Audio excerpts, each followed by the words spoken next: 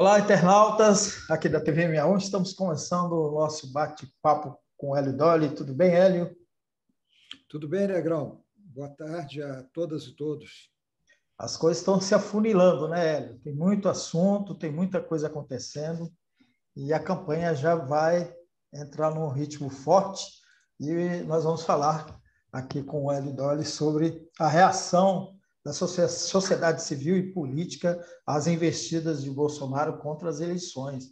Bolsonaro continua assanhado aí propagando todas as dúvidas possíveis em relação ao processo eleitoral e mobilizando sua base fascista para um eventual golpe. O manifesto da Faculdade de Direito da Universidade de São Paulo foi uma iniciativa importante da sociedade civil, vem ganhando milhares de assinaturas. Este é outro tema que o Hélio vai tratar aqui com a gente, adesões importantes do empresariado, do pessoal da indústria, do pessoal dos bancos, e a reação até do Arthur Lira, que acabou, de certa forma, atrasada, declarando que é a favor das urnas. E o Hélio vai comentar também sobre a terceira via aí, que tenta se recuperar com Simone Tebet, venceu a convenção, mas ainda não tem seu vice, que espera ser do PSDB. Enquanto isso, Ciro se inviabiliza ainda mais ao declarar que não apoiará Lula no segundo turno. No baú, o Hélio vai continuar falando do Marechal Henrique Teixeira Lott. É isso, Hélio, a sociedade civil está reagindo. Importante essas adesões aí do grande empresariado, o Fiesp. Fiesp, aliás, que está preparando um novo documento, né? Então, tem várias informações aí, são em dois manifestos, né? Dois documentos defendendo a democracia, Estado Democrático de Direito. Então, começa fazendo aí um apanhado dessa situação, Hélio. Negrão, o nosso presidente aí, não é nosso não, o presidente da República, ele vai fazendo, ele anuncia tudo que ele vai fazer, ele anuncia o golpe, ele diz que não vai aceitar o resultado das eleições por causa das urnas eletrônicas. Ele foi avançando, ele vai avançando, aí ele sente o clima, recua, ele volta, ele vai. 7 de setembro do ano passado foi assim, então ele tenta ver. Agora, ele como se diz assim, ele pulou o córrego, né? Aquela reunião com os embaixadores estrangeiros no Brasil foi meio que um divisor de águas. Por quê? Porque a sociedade ela vinha reagindo. Mas, como a gente sempre falava aqui, muito discretamente, uma nota de repúdio aqui, um manifesto, né? Nada muito forte. Agora, no momento em que ele, o Bolsonaro, se reuniu com embaixadores estrangeiros para anunciar para eles que ia dar um golpe, para desmoralizar o sistema eleitoral brasileiro, para atacar ministros do Supremo Tribunal Federal e do Tribunal Superior Eleitoral, numa ação nunca vista antes, nem no Brasil, nem em país nenhum, que é um presidente da República chamar os embaixadores estrangeiros no país para criticar o próprio país e para dizer claramente, olha, eu não vou aceitar esse resultado eleitoral e eu vou dar o golpe. Nesse momento, ele provocou uma onda de reações muito maior e que está se desenrolando intensamente. O manifesto que você citou, iniciado na Faculdade de Direito da Universidade de São Paulo, que é tradicional, é o chamado Largo de São Francisco, universidade de grandes juristas brasileiros, onde grandes juristas se formaram. Esse manifesto, segundo consta, já tem umas 300 mil assinaturas. Começou com 3 mil. As pessoas estão procurando, ficam pedindo na internet, você sabe onde assina, cadê o link da assinatura? Você fala, mas é um papel, como disse o Bolsonaro, essa cartinha, carta às brasileiras e aos brasileiros. Ele chamou de cartinha, minimizando.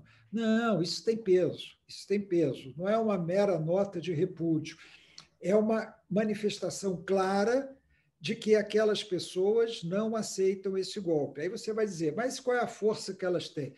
Aquela velha história, né? Quantas divisões tem o Papa? Né? Quantas divisões armadas tem o Papa? Bom, nenhuma. Né? Então, mas a movimentação da sociedade civil, esse manifesto tem ministros, ex-ministros do Supremo Tribunal Federal, tem juristas, tem pessoas, tem sindicatos, pessoas representativas da sociedade, cidadãos comuns, tem de tudo lá. E está sendo preparado um manifesto do setor empresarial, também em defesa da democracia, que é assinado, entre outras entidades, pela Fiesp, que tradicionalmente é uma entidade bolsonarista de direita, mas agora ela é presidida pelo Josué, filho do antigo vice-presidente do Lula, né?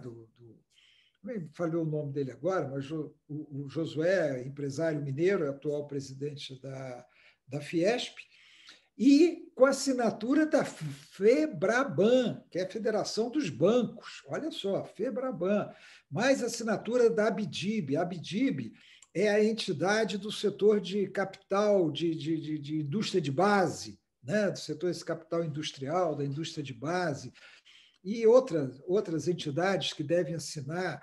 Aí você vê o presidente do STM, que não é um cara, é um cara bem de direita, o presidente do Superior Tribunal Militar, que é o general Gomes, né? General Gomes Matos, acho que é Luiz Gomes Matos, fazendo uma defesa da eleição, dizendo que quem cuida da eleição é o TSE, não são as Forças Armadas. Ele é general, presidente do Superior Tribunal Militar. Aí você vê, como você falou aí, até o Arthur Lira, 9 dias depois da reunião dos embaixadores, se manifestando, saiu do silêncio em que ele estava. O mesmo Arthur Lira que estava lá na convenção do PL com uma camiseta Bolsonaro 22, em mais uma excrescência tipicamente brasileira. O presidente da Câmara dos Deputados, que é um poder independente, se fazendo de cabo eleitoral do presidente da República. Que independência que essa Câmara tem, ainda mais com o peso que o presidente tem de acordo com o regimento autoritário, draconiano que a gente tem para a Câmara dos Deputados. Então, são coisas do Brasil, né? Eu fico imaginando o escândalo que seria em outro país se isso acontecesse. Aqui no Brasil, a imprensa publica foto, tem charge, brincadeira e vamos em frente, segue o baile, né? O Arthur Lira se manifestou. Então, o que a gente está vendo é que essa reação está aumentando. Aí você fala assim, bom, mas esse pessoal, ninguém tem arma. Quem tem arma são as polícias, as milícias bolsonaristas, os tais clubes de caça, tiro, colecionadores, os CACs, são as milícias bolsonaristas, as forças policiais e as forças armadas. Eles vão decidir essa parada. Não é bem assim, porque as forças policiais e as milícias podem ficar sem controle. É possível que fique sem controle. Mas as forças armadas, é mais complexa essa situação. Então, eu sempre digo, depende para que lado elas forem. Se as Forças Armadas forem para o lado do Bolsonaro, ele consegue fazer o que ele quer. Mas se elas forem contra, as milícias e as polícias não vão conseguir criar o clima no Brasil para dar esse golpe. Então, está na mão das Forças Armadas realmente. Agora, quando as Forças Armadas veem esse movimento da sociedade, é claro que esses oficiais, principalmente, bolsonaristas, eles vão pensar 2 vezes. Né? Falar, poxa, nós vamos fazer isso e essa reação toda. Como é que nós vamos enfrentar essa reação toda? Nós vamos sair matando? Não vai, não tem mais como fazer isso. Nós vamos sair executando os oposicionistas, os ministros do STF que se opõem a isso vão ser executados, vão ser presos, vão ser levados para prisões. Então, assim, eles têm que pensar, não é só de manter o Bolsonaro no poder e desrespeitar o resultado eleitoral. Eles têm que pensar no futuro. Como é que vamos fazer depois? O que é que vai ser o governo? Então, cada vez mais, embora Bolsonaro mantenha em todas as suas falas a intenção golpista de não aceitar o resultado eleitoral, de não aceitar uma vitória, principalmente uma vitória de Lula, uma vitória do PT, uma vitória da esquerda, ele continua anunciando, mas fica mais difícil para ele executar esse golpe. Ele pode tentar. Tentar é uma coisa, conseguir é outra. Agora, a gente sempre deve lembrar do exemplo boliviano. A gente sempre tem que lembrar, por exemplo, tinha o exemplo, o golpe paraguaio. O golpe paraguaio é aquele semelhante a que houve da Dilma aqui. O Congresso se reúne e resolve tirar o presidente porque não está gostando dele, como foi com a Dilma aqui. Mas tem o estilo golpe boliviano. Golpe boliviano, eles programaram, graças às milícias, a esses bandos armados, programaram uma grande convulsão social no país, um conflito muito grande, as milícias atuando, matando opositores, as forças policiais protegendo os milicianos contra a população.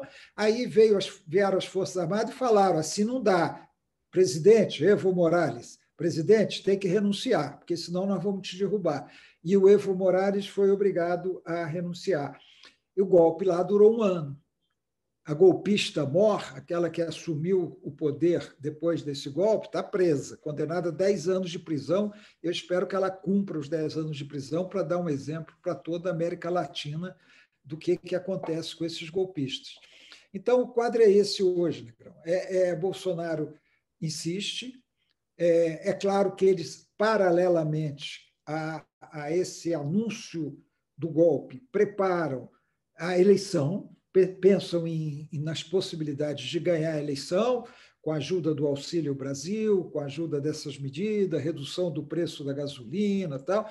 Eles continuam achando que podem tirar essa diferença que existe hoje em relação ao Lula e, no segundo turno, ganhar a eleição. Mas isso nós vamos ver agora. A campanha vai começar no dia 16 de agosto, as chapas estão se definindo, né? Os candidatos estão agora se definindo oficialmente. Hoje eu assisti à presença do Lula lá na Sociedade Brasileira para o Progresso da Ciência, que está realizando sua 74ª reunião aqui em Brasília, na Universidade de Brasília, e o Lula brincou lá, ele falou: agora a imprensa já pode me chamar de candidato, que agora eu já fui oficializado como candidato, eu antes não era, agora pode me chamar que eu vou achar bom. Mas é a realidade, depois das convenções, eles se tornam realmente candidatos. E aí registra a candidatura, a partir do dia 16 de agosto começa a campanha. E as chapas, então, estão se definindo. Então, você tem no Brasil hoje 2 movimentos paralelos. Uma pré-campanha eleitoral, vamos ter uma campanha eleitoral, candidatos, Lula na frente, pesquisas, debates, sabatinas na TV Globo, etc.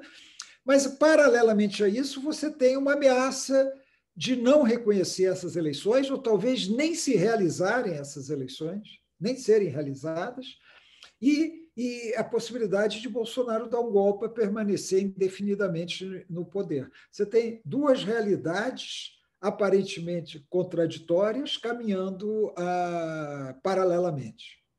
Olha, e essa possibilidade aí da chamada PEC Pinochet, né, que seria a criação de uns cargos de senador vitalício, e há quem analise, inclusive, a possibilidade da desistência de Bolsonaro das eleições, né? Tem esse outro caminho aí nessa história, né? É mais um golpe, né, Negrão? É mais um golpe. Quer dizer, os amigos do Bolsonaro tentando criar uma proposta de emenda constitucional que garanta a ele uma cadeira no Senado. Não só ele, a todos os ex-presidentes da República. O cara deixou de ser presidente da República, vira senador. E senador vitalício, igual o ministro do Supremo é vitalício, quer dizer, ele vai até aposentar com um limite de 75 anos de idade. Isso é absurdo, né? Porque é casuístico. Você pode até, eu acho até, Negrão, que algumas propostas podem ser examinadas num quadro de normalidade, num quadro institucional, de debate institucional, não para beneficiar A, B ou C. Então, por exemplo, quando o Arthur Lira coloca o semipresidencialismo, chamado em debate, e diz que o ano que vem vai se discutir o semipresidencialismo, é casuístico. Não é para melhorar o sistema político brasileiro, é para aumentar o poder dele no Congresso, para fazer o que quiserem no Congresso. Essa questão da PEC é a mesma coisa, é para proteger o Bolsonaro. Bolsonaro vira senador, imunidade parlamentar, tem foro especial no Supremo Tribunal Federal, se livra da cadeia, como muitos dizem que vai ser o destino dele, tal o nível de crimes cometidos por ele e pelos filhos dele. Então, é um casuísmo. Agora, eu duvido que passe, viu, Negrão? Ainda mais agora, às vésperas de eleição. PEC exige 2/3, 2 turnos, 2/3. É muito difícil passar na Câmara, passar no Senado com 2/3. Eu acho muito difícil, exatamente por esse casuísmo. Aí você teria o Fernando Collor, que provavelmente será derrotado em Alagoas, como senador, vai continuar senador vitalício. O Fernando Henrique, lá com seus 90 e poucos anos, também poderia ir lá para o Senado, sentar lá no Senado. O Lula poderia ir para o Senado. É uma coisa que não faz menor sentido e está sendo feita para beneficiar o Bolsonaro. Exatamente. Aí vamos para a terceira via, né? A Simone Tebet passou na convenção, falta o vice, né? Olha, eu suspeito que essa movimentação toda aí ela possa estar sendo direcionada para aí. O que você acha, no caso da Simone Tebet? Para onde, Negrão? Para que se fortaleça essa terceira via com o nome dela, né?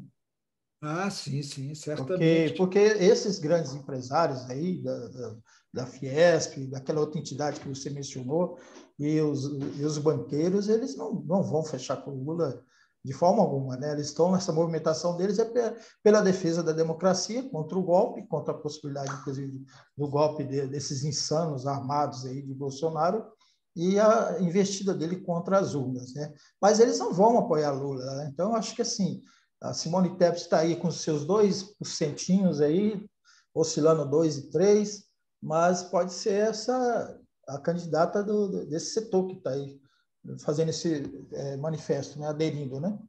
O que você acha Não, disso? não há dúvida. Achar que quem está assinando o manifesto está com Lula é bobagem.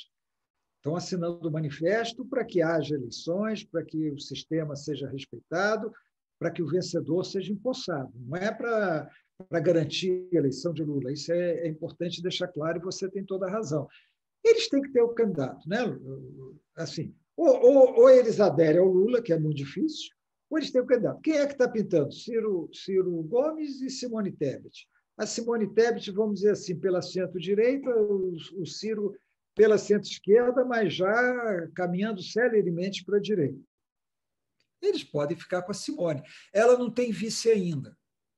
Ela está esperando um vice do PSDB, porque falaram muito no senador Tasso Gereissati. Mas tudo indica que o senador Tasso Gereissati não está muito animado por isso, não está querendo ser vice da Simone Tebet, não.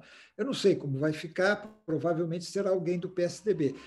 Negrão, eu honestamente, eu acho que ela pode crescer, embora ela esteja muito estagnada aí nesses 2%, 3%. É campanha, né? Campanha você passa a ter debates, você tem mais entrevistas, ou seja, exposição na televisão, você tem os programas no horário gratuito de televisão, de rádio. Então, muitas vezes, o candidato ele aparece nesse momento, ele chega ali no início da campanha com um índice muito baixo, mas ele cresce na campanha. A gente já viu isso aqui diversas vezes. Eu não descarto o crescimento dela, não. Só que eu acho o seguinte: eu descarto o crescimento do Ciro. O Ciro eu acho que vai tender a cair. Ele deu mais uma. Ele deu uma entrevista dizendo que se o Lula for para o segundo turno, ele não apoia o Lula. Aí ele entrou num jeito que não tem mais jeito, né? Quer dizer, vai para o segundo turno contra Bolsonaro, ele vai para Paris de novo, não vai apoiar o Lula. É ridículo. Ciro Gomes começou com uma estratégia errada, e em vez de corrigir a estratégia errada, ele foi piorando a estratégia errada dele.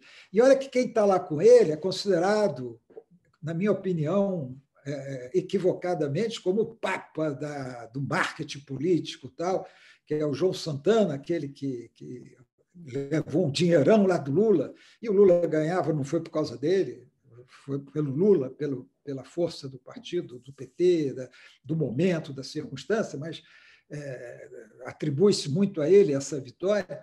Ele está lá com o Ciro fazendo a estratégia errada, persistindo na estratégia errada e chegando a esse cúmulo antidemocrático de dizer que no segundo turno ele não apoia Lula, ele vai apoiar Bolsonaro ou vai ir para Paris e lá gozar o dinheiro dele em Paris. Vergonhosa essa atitude do Ciro Gomes, vergonhosa. Mas a Simone Tebet pode crescer. Eu não descarto isso, não. Ela pode crescer. Por quê? Porque todas as pesquisas estão mostrando que tem uma faixa que é nem Lula nem Bolsonaro. Ela pode crescer. E muitos eleitores que não votariam no Lula em condições normais estão votando no Lula para derrotar Bolsonaro, como opção para derrotar Bolsonaro. Se eventualmente começa a surgir uma nova opção, o Lula pode perder eleitores que vão dizer, poxa, surgiu uma opção, vamos aqui para Simone. Pode ser, pode ir até para o Ciro, se o Ciro se emendar, mas vamos aqui para Simone como uma maneira... E isso pode empurrar a eleição para o segundo turno, que é ruim, do ponto de vista institucional, é ruim, né? O ideal, do ponto de vista da democracia, de atender o resultado eleitoral, de tudo funcionar direitinho, seria uma vitória logo no primeiro turno, que diminuía a capacidade de resistência do Bolsonaro. Não que ele não possa querer resistir, mas diminuiria essa capacidade de resistência. Mas, enfim, eleição é eleição, né? Vamos ver o que acontece, principalmente a partir de 16 de agosto. Exatamente, Hélio. Vamos ver, inclusive, a movimentação aí desses setores aí da grande burguesia nacional, como vai ser o comportamento deles a partir de 16 de agosto. Mas vamos ao baú do Hélio. No baú do Hélio de hoje, ele vai trazer aí a segunda parte de suas memórias do Marechal Henrique Lott, né, um militar democrata que garantiu, em momentos cruciais da história do Brasil, que o Brasil não fugisse dos rumos da democracia, um exemplo para os tempos de hoje em que os militares estão querendo voltar ao retrocesso, ao fascismo, às mortes, aos exílios, aos assassinatos, às prisões, o terror que foi a ditadura militar brasileira. Vamos ao baú do Hélio. Pois é, Negrão, o Marechal Henrique Teixeira Lott não era um militar de esquerda, não era um socialista. É interessante isso, se você trazer isso, Hélio.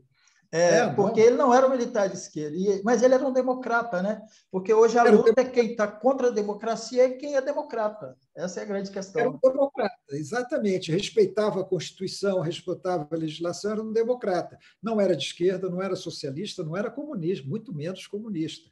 O Marechal Lott, nós falamos aqui no outro programa, foi importantíssimo para garantir as eleições em que Juscelino Kubitschek foi eleito, que queriam melar aquele resultado, como Bolsonaro tenta fazer agora. Eu contei no último programa, o Marechal Lott acabou com a brincadeira e garantiu que Juscelino Kubitschek tomaria posse como presidente da República e João Goulart tomaria posse como vice-presidente da República, ambos eleitos.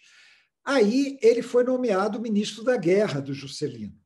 Ele era o ministro da Guerra do Juscelino. Naquele tempo, a cada força tinha um ministério, Guerra, Marinha e Aeronáutica. E ele era o ministro da Guerra, que depois o nome mudou para Ministério do Exército, mas antigamente era Ministério da Guerra. Então, aí, Negrão, ele estava lá quando o Jânio se elegeu. Ele então foi reformado, ele saiu, né? Na nossa linguagem de civil, se aposentou, né? Ele se reformou e o Jânio assumiu e o Jânio renunciou. Quando o Jânio renunciou, vários militares tentaram impedir a posse do Jango, que era o vice-presidente eleito quando o Jânio foi eleito. O Jango foi reeleito vice-presidente da República. E aí ele queria impedir a posse do Jango, e o Lott ficou contra eles. E o Lott mas se manifestou contra, disse que Jango tinha que tomar posse, afinal a Constituição dizia que o vice-presidente tomaria posse.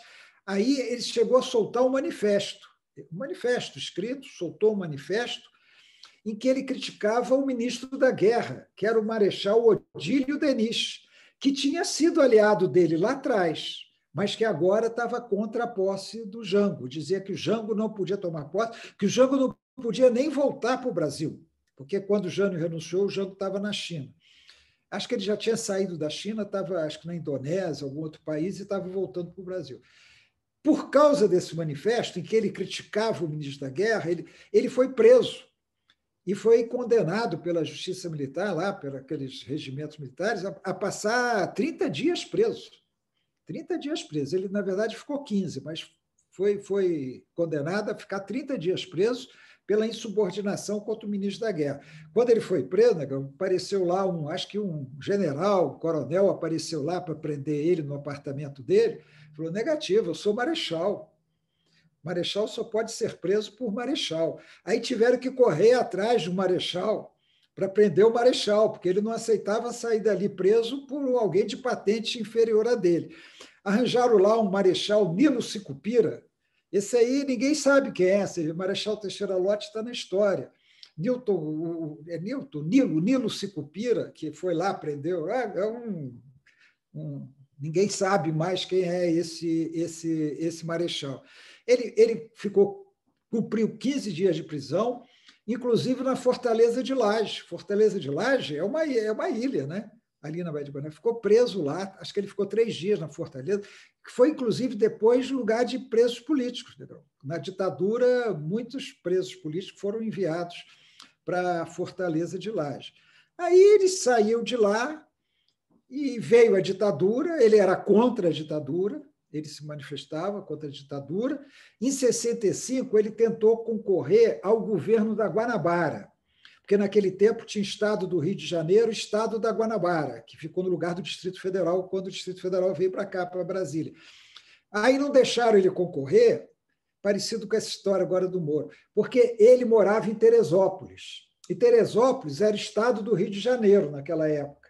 E ele queria concorrer a governador da Guanabara. Aí disseram que ele não tinha domicílio eleitoral, porque ele morava em outro estado, embora antes fosse um estado só, né? Assim, depois tenha se transformado num estado só. Ele não conseguiu concorrer e ele era contra, né? Ele era contra a ditadura, e aí ficou lá no sítio dele de Teresópolis. Tal. Agora, não tem tempo ainda, Negão, que aí tem um caso trágico. O caso trágico que envolve o Marechal Lott é da filha dele. O Lott tinha uma filha chamada Edna Lopes, e tinha um sobrenome do marido, que eu não me lembro mais, mas o marido dela, ela era viúva, o marido dela já tinha falecido alguns anos antes. E a Edna Lott, ela trabalhou intensamente na campanha do pai para presidente da República. Quando ele se candidatou a presidente da República, ele teve 35% dos votos. Né? Ele foi derrotado pelo Jânio, como eu falei. Aí ele foi derrotado pelo Jânio e se manteve fora do Exército, na reforma. Ela trabalhou muito. E daí, Negrão, ela se elegeu deputada estadual na Guanabara. Ela se elegeu deputada e era uma deputada muito respeitada, era uma das poucas mulheres na Assembleia Legislativa da Guanabara. Eu estou falando Guanabara aqui, o pessoal mais novo pode estar estranhando. É que existiu o Estado da Guanabara. O Estado da Guanabara. Aliás, Hélio, eu queria sugerir para você uns próximos baús, justamente isso eu estava pensando aqui, né? A gente sabe que é o Estado da Guanabara, mas muita gente, principalmente a juventude, não sabe. Então, uma sugestão para você. Mas prossiga aí, desculpe interromper. Exatamente. Eu morei no Estado da Guanabara antes de vir para Brasília, né? Eu morei um tempinho no Estado da Guanabara. Ela se elegeu deputada, era muito respeitada como deputada, e ela foi, inclusive, reeleita deputada estadual. Em 1969, ela foi cassada. Ela teve mandato cassado logo depois do AI-5, por ser filha do Lott. Ela era vista com muita antipatia para o filho do Lott. Mas o lado trágico da história é que o filho dela, o Nelson Lott, tinha um outro nome, né? Nelson Luiz, não lembro. O Nelson Lott era um do filho dela, que inclusive estudou na escola de cadetes, assim, preparando para ser militar. Mas ele era muito discriminado por ser neto do Marechal Lott, porque era ditadura, e a ditadura não gostava do Lott. Então ele era muito discriminado, abandonou a escola. E ele acabou se organizando, se filiando à Aliança Libertadora Nacional do Marighella, no grupo do Marighella, para se opor à ditadura. Foi preso e foi muito torturado. E era muito torturado.